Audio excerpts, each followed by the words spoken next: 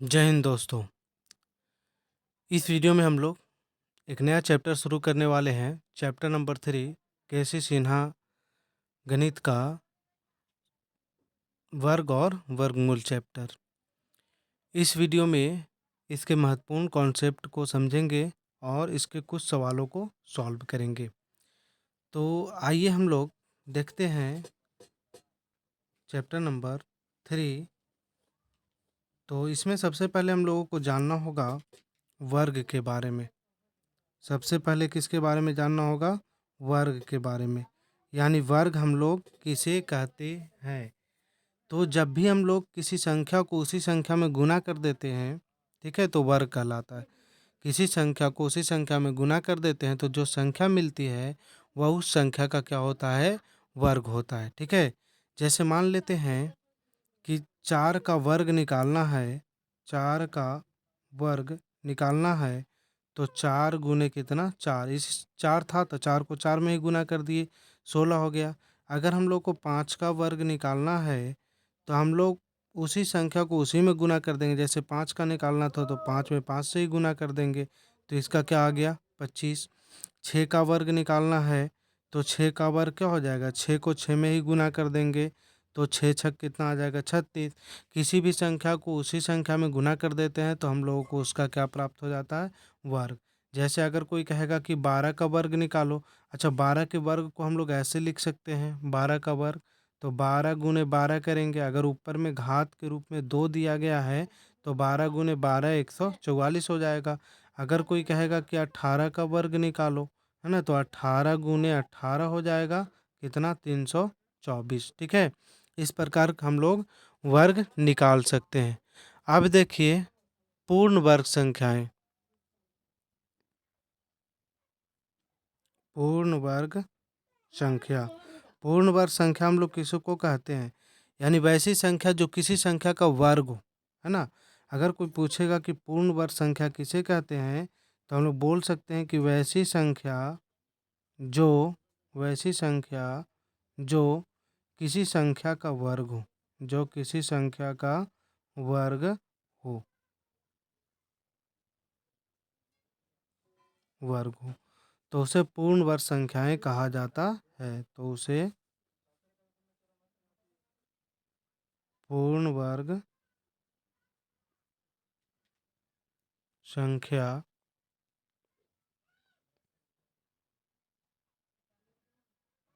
कहा जाता है। पूर्ण वर्ग संख्या कौन है? जैसे ये 16 है ना, तो 16 जब 16 को हम लोग किसी संख्या के वर्ग के रूप में लिखेंगे तो ये हो जाएगा पूर्ण वर्ग संख्या। जैसे 16 का वर्ग क्या हो जाएगा? 4 का वर्ग हो जाएगा। नहीं, अगर हम लोगों को 25 का पूछेगा कि 25 पूर्ण वर्ग संख्या है कि नहीं है, तो 25 पूर्ण वर्ग संख्या है। क्यों? क्योंकि ये 5 का स्क्वायर है। अगर कोई पूछेगा कि 144 पूर्ण वर्ग है कि नहीं, तो पूर्ण वर्ग संख्याएं क्या है? तो किसी न किसी संख्या का वो वर्ग होता है। ठीक है, तो 144 किसका वर्ग है? तो 12 का वर्ग है। तो इस प्रकार से पूर्ण वर्ग संख्या हम लोग उसको बोल सकते हैं जो किसी न किसी संख्या का क्या हो? वर्ग हो। जो किसी न किसी संख्या का क्या हो? वर्ग हो। तो आप होमवर्क के रूप में होमवर्क के रूप में एक से लेकर 30 तक की संख्याओं का वर्ग, ठीक है, 30 तक की संख्याओं का वर्ग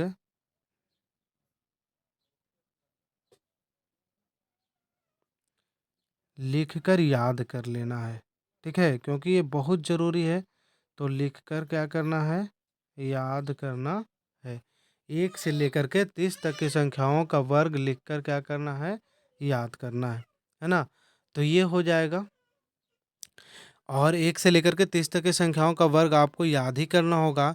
अब यहाँ से हम लोग थोड़ा-सा एक इकाई अंक देख लेते हैं कि कोई संख्या का इकाई अंक किस प्रकार से हम लोग निकाल सकते हैं, ठीक है? तो यहाँ से इधर संख्या मान लेते हैं, इधर संख्या है और इधर वर्ग की इकाई संख्या, वर्ग का इकाई अंक, वर्ग का इकाई अंक, ठीक है? तो जैसे मान लेते हैं कि यहाँ कोई संख्या 1 और 1 का वर्ग क्या होता है? 1 होता है, तो उसके लास्ट में इकाई अंक कितना होगा? 1 ही होगा। जैसे 2 ले लेते हैं, तो 2 का वर्ग अगर किसी संख्या के अंत में 2 है, यानी अगर इकाई अंक यहाँ इकाई अंक दिया जा रहा है, अगर किसी संख्या के अंत में 2 है, तो उसका वर्ग होता है कितना? 4। उसका वर्ग कितना होता है? 4। तो अंतिम अंक कितना हो जाएगा? जैसे 2 गुने 2 करेंगे तो अंतिम अंक कितना हो गया? 4। तो ये इसका इकाई अंक कितना हो जाएगा? 4। 3 का अगर करेंगे अंतिम अंतिम में 3 रहेगा, तो उसका 3 गुने 3 कीजिए, कितना आएगा? 9। यानी उसका इकाई अंक कितना आ जाएगा? 9। तो इसी प्रकार से हम लोग 1 से लेकर के 9 तक की संख्याओं का निकाल सकते हैं। जैसे 4 है तो 4 का कितना होता है? 16। तो 16 के अंतिम में कितना है? 6। 5 है तो 5 का कितना होता है? 25। तो 25 के अंतिम में कितना हो जाएगा? 5। 6 का कितना होता है? 36। तो 6 के अंतिम में कितना हो जाएगा? 6। 7 का अगर है तो 7 का होता है 49। तो 49 का कितना हो जाएगा? अंतिम में 9। 8 का 64 होता है, तो 64 का कितना हो जाता है? 4। 9 का कितना होता है? 81। तो 9 का अंतिम में कितना हो जाता है? 1। और अगर लास्ट में 0 रहेगा, तो उसका इकाई अंक क्या आ जाएगा? 0 ही रहेगा। ठीक है, यहाँ से देखिए 1 और 9 है ना? 1 और अगर अंतिम में 1 और 9 है, तो उसका इकाई अंक कितना हो जाएगा? 1 हो जाएगा। ठीक है, अब यहाँ से देखिए 2 और यहाँ से देखिए 8। तो 2 और 8 है, तो उसका इकाई अंक कितना हो जाएगा? 2 और 8 है तो इकाई अंक कितना हो जाएगा? 4। यहाँ से देखिए 3 और यहाँ से देखिए 7।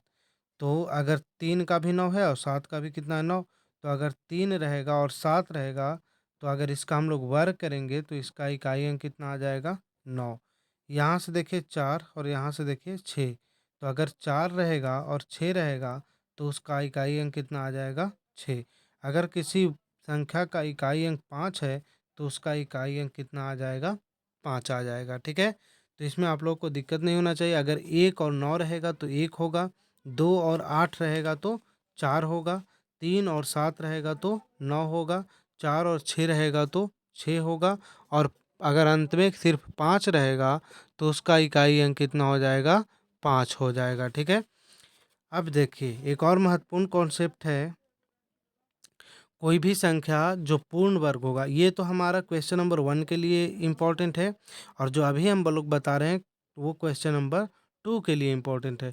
तो किसी भी संख्या का, है ना, कोई भी पूर्ण वर्ग संख्या हो, है ना, कोई भी पूर्ण वर्ग संख्या होगा, उसको हम लोग कैसे पहचानेंगे? तो कोई भी पूर्ण वर्ग संख्या होगा, तो उसका जो इकाई अंक है, किसी भी पूर्ण वर्ग संख्या का इकाई अंक, इकाई अंक क्या क्या नहीं हो सकता? तो इकाई अंक में 2 नहीं होगा, 3 नहीं होगा, 7 नहीं होगा और 8 नहीं होगा।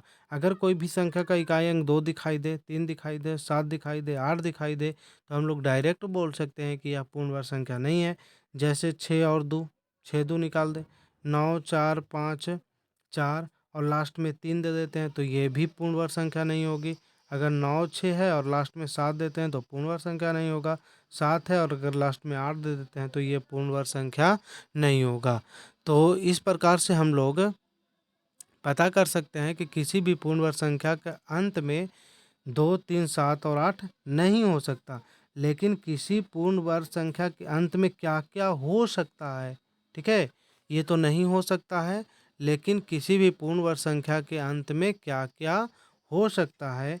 तो होने वाला देखिए 0 हो सकता है, 1 हो सकता है, 0 हो सकता है, 1 हो सकता है, 4 हो सकता है, 9 4 हो सकता है, फिर 5 हो सकता है, 6 हो सकता है और 9 हो सकता है। यहाँ देखिए 1 हो जाएगा, 4 हो सकता है, 5 यहाँ है, फिर 9 हो सकता है और क्या हो सकता है? 6, और 0 वाला तो लास्ट में 0 हो ही सकता है। ठीक है, तो किसी भी संख्या के इकाई का जो अंक है 2 नहीं होगा, 3 नहीं होगा, 7 नहीं होगा, 8 नहीं होगा, लेकिन हो कौन-कौन सकता है? 0 हो सकता है, 1 हो सकता है, 4 हो सकता है, 5 हो सकता है, 6 हो सकता है और 9 हो सकता है।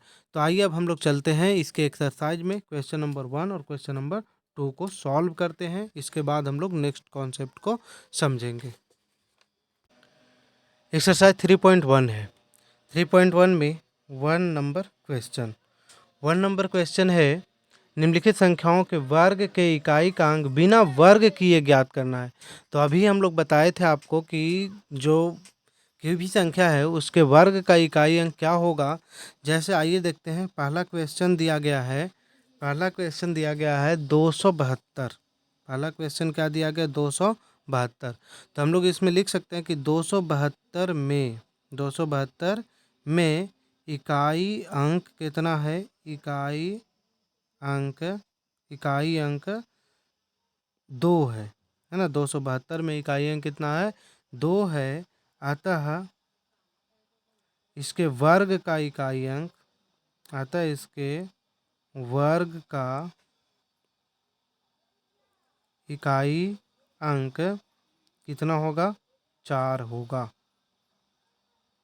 ठीक है, ये बताए थे कि अगर 2 रहेगा, है ना, अगर 2 रहेगा या फिर 8 रहेगा तो उसका इकाई अंक क्या हो जाएगा, 4 हो जाएगा। ठीक है, आइए देखते हैं क्वेश्चन नंबर 1 का 2 नंबर। 2 में कितना दिया गया, 1234 दिया गया, 1234 दिया गया है। हम लोग यही चीज़ लिखेंगे, इतना में इकाई का अंक कितना है, 4 है। अतः इसके वर्ग का इकाई अंक कितना हो जाएगा, तो इसके वर्ग का इकाई अंक हो जाएगा कितना, 6। क्योंकि 4 और 6 का इकाई अंक अभी पिछले ही कॉन्सेप्ट में बताए थे कि 4 और 6 का इकाई अंक कितना होगा, 6 होगा। ठीक है, आइए देखते हैं क्वेश्चन नंबर 3। 3853 है, 3853। 3853 में इकाई अंक कितना है, 3 है। इकाई अंक कितना है, 3 है। अतः इसका वर्ग का इकाई अंक कितना हो जाएगा, 9 होगा। 3 और 7 का कितना होता है, अगर लास्ट में 3 होता है या फिर 7 होता है तो इसका इकाई अंक कितना होता है, 9 होता है। क्वेश्चन नंबर देखिए 4। क्वेश्चन नंबर 4 दिया गया है 9106। 9106 में हम लोग लिखेंगे कि इकाई अंक कितना है, 6 है। तो 6 का याद रखना है कि 6 का जो इकाई अंक होता है वही होगा। तो 4 और 6 का अंतिम अंक जो है इकाई का अंक वर्ग का, वो 6 होगा। क्वेश्चन नंबर देखिए 1 का 5 नंबर। 5 नंबर क्वेश्चन है, 5 है लास्ट में, है ना, 5 है। तो इकाई अंक कितना है इसका, 5 है। तो जब इकाई अंक 5 है तो 5 का तो 5 ही होता है, नहीं 5 का अगर हम लोग वर्क करते हैं तो इसका इकाई अंक कितना होगा, 5। आइए देखते हैं क्वेश्चन नंबर 1 का 6। 6 नंबर क्वेश्चन है 12796। 12796, चलिए 12796, इसका इकाई अंक कितना है, 6 है। तो इकाई अंक 6 है तो इसके वर्ग का इकाई अंक भी कितना होगा, 6 होगा। ठीक है, क्वेश्चन नंबर देखिए 7। क्वेश्चन नंबर इसका 7 है 99880। 99880 है। तो इसका इकाई अंक कितना है, 0 है। अतः इसके वर्ग का इकाई अंक कितना होगा, 0। अगर 0 रहेगा लास्ट में तो उसके वर्ग का इकाई अंक कितना होगा, 0 होगा। क्वेश्चन नंबर देखिए 1 का 8 नंबर। 8 नंबर क्वेश्चन है 26387। 26387, देखिए इसका इकाई अंक कितना है, 7 है। तो 7 और 3 का इकाई अंक कितना होता है, 9 होगा। कितना होता है, 9 होता है। आइए देखते हैं इसका 9 नंबर क्वेश्चन। 9 नंबर क्वेश्चन दिया गया है 21222। 21222 में इकाई अंक कितना है, 2 है। जब इकाई अंक 2 रहता है या फिर 8 रहता है तो उसका कितना हो जाता है, वर्ग के अंत में 4 होगा। ठीक है, आइए देखते हैं क्वेश्चन नंबर 10। क्वेश्चन नंबर इसका 10 है 52698। 52698, इकाई अंक कितना दिखाई दे रहा है हम लोगों को, 8 दिखाई दे रहा है। तो जब इकाई अंक 8 दिखाई दे रहा है तो 2 और 8 वाला का इकाई अंक कितना होता है, वर्ग में 4 होता है। ठीक है, तो ये क्वेश्चन नंबर 1 को हम लोगों ने सॉल्व कर लिया। आइए देखते हैं क्वेश्चन नंबर 2। क्वेश्चन नंबर 2 है निम्नलिखित संख्याओं में कौन सी पूर्ण वर्ग है, कौन सी संख्या जो है पूर्ण वर्ग है। तो हम लोग देख रहे हैं ऑप्शन नंबर जो 1 है उसके अंत में 6 है, इसके अंत में 1 है, फिर 7 है और 2 है। हम लोग को पता है कि देखिए ऑप्शन नंबर 1 नहीं, ऑप्शन नंबर 2, 3 और 4 में इकाई का अंक, है ना, इकाई का अंक, इकाई का अंक क्या क्या दिया गया है, 1 है, 7 है और 12 है। 1 है, 7 है और, अच्छा 12 कह रहे हैं, 2 है। 1 है, 7 है और क्या है, 2 है। तो कोई भी संख्या अगर पूर्ण वर्ग होता है, कोई भी संख्या पूर्ण वर्ग होता है, तो उसका इकाई अंक 2 और 7 नहीं होता है, ठीक है, 1 हो सकता है, ठीक है। तो अब हम लोग को यहाँ से ये चेक करना होगा कि ऑप्शन नंबर जो 1 दिया गया है 36, ये किसी संख्या का वर्ग है कि नहीं है। तो ये 36 जो है किस संख्या का वर्ग है, 6 का वर्ग है। तो हम लोग कहेंगे कि यह जो संख्या है 36, ठीक है, ये 6 का वर्ग है, अतः यही संख्या क्या हो जाएगी, परिपूर्ण वर्ग हो जाएगा। तो हम लोग इसको ऐसे ही टिक लगा सकते हैं। आइए देखते हैं क्वेश्चन नंबर 3। क्वेश्चन नंबर 3 में कौन सी संख्या पूर्ण वर्ग है, दिया गया ऑप्शन में 484, 167 और ये लास्ट में क्या क्या दिया गया है। तो हम लोग देख ऑप्शन नंबर 2 में, ऑप्शन नंबर 2 में, ऑप्शन नंबर 3 में और ऑप्शन नंबर 4 में हम लोग को ये साफ दिखाई दे रहा है कि ऑप्शन नंबर जो 1 है ना 484, ऑप्शन नंबर 1 484, ये किसका वर्ग है, 22 का वर्ग है। ये किसका वर्ग है, 22 का वर्ग है, ठीक है। तो यही वाला हमारा क्या हो जाएगा, सही उत्तर हो जाएगा। और बाकी यहाँ देखिए लास्ट में क्या दिया गया है, 7 दिया गया है, 8 दिया गया और 3। तो किसी भी संख्या के अंत, किसी भी संख्या के या कोई भी पूर्ण वर्ग संख्या होती है, तो उसके अंत में 7 नहीं होता है, 8 नहीं होता है और 3 नहीं होता है। तो ये ऑप्शन के अनुसार ऐसे ही ख़त्म हो जाएंगे, ठीक है। 4 होता है, तो कोई जरूरी नहीं कि 4 है तो ये पूर्ण वर्ग होगा, हम लोग को चेक करना पड़ेगा कि ये पूर्ण वर्ग है कि नहीं है। तो पूर्ण वर्ग चेक करने के लिए हम लोग ऐसे करते हैं, 484 है तो 484 का हम लोग गुणनखंड निकाल लेंगे। गुणनखंड जैसे 2 से, तो 2 से लगाएंगे तो ये 24, 2 हो जाएगा, 2 से लगाएंगे तो 121 और फिर 11 से लगाएंगे तो ये इस तरह से। तो 484 को हम लोग लिख सकते हैं, ये 2 गुने 2 है तो 2 का स्क्वायर और 11 गुने 11 है तो 11 का स्क्वायर। देखिए इसका भी वर्ग बन रहा है, इसका भी वर्ग बन रहा है, तो यही हमारा सही होगा। जो भी गुणनखंड में आएगा सबका वर्ग बनेगा, तो फिर वह पूर्ण वर्ग होगा और नहीं तो पूर्ण वर्ग नहीं होगा। निम्नलिखित संख्याओं में कौन सी संख्या पूर्ण वर्ग है। क्वेश्चन नंबर देखना है 4 नंबर, क्वेश्चन नंबर 4 देखते हैं, आइए। क्वेश्चन नंबर 4 में पहला ऑप्शन दिया गया है, ऑप्शन ही पहले हम लोग लिख लेते हैं। पहला ऑप्शन दिया गया है 4 पर 3 जीरो दिया गया है, फिर दिया गया है 25 पर 2 जीरो, फिर क्या दिया गया, 9 पर 3 जीरो दिया गया है और फिर 625 पर 2 2 4 1 5 जीरो, 2 2 4 और 1 कितना जीरो दिया गया है, 5 जीरो दिया गया। चलिए एक बात और याद रखना है कि किसी भी पूर्ण वर्ग संख्या के अंत में, पूर्ण वर्ग संख्या के अंत में शून्यों की संख्या, शून्यों की संख्या विषम नहीं होती है, विषम नहीं होती है। अब यहाँ से हम लोग क्या देख रहे हैं, विषम नहीं होना है तो यहाँ 3 जीरो, यहाँ 3 जीरो और यहाँ 5 जीरो, मतलब कि किसी भी कोई भी संख्या पूर्ण वर्ग हो सकता है यदि उसके अंत में 2 जीरो हो, 4 जीरो हो, 6 जीरो हो, 8 जीरो हो, 10 जीरो। लेकिन अगर 3 जीरो है, यहाँ भी 3 जीरो है, यहाँ 5 जीरो है, तो 3 जीरो हो, 5 जीरो हो, 7 जीरो, 9 जीरो, 11 जीरो, 13 जीरो, तो ये पूर्ण वर्ग नहीं होगा। अतः हमारा पूर्ण वर्ग संख्या कौन हो जाएगा, 2500 हो जाएगा। अतः 2500 क्या है, पूर्ण वर्ग संख्या है। अतः 2500 क्या हो जाएगा, पूर्ण वर्ग संख्या हो जाएगा।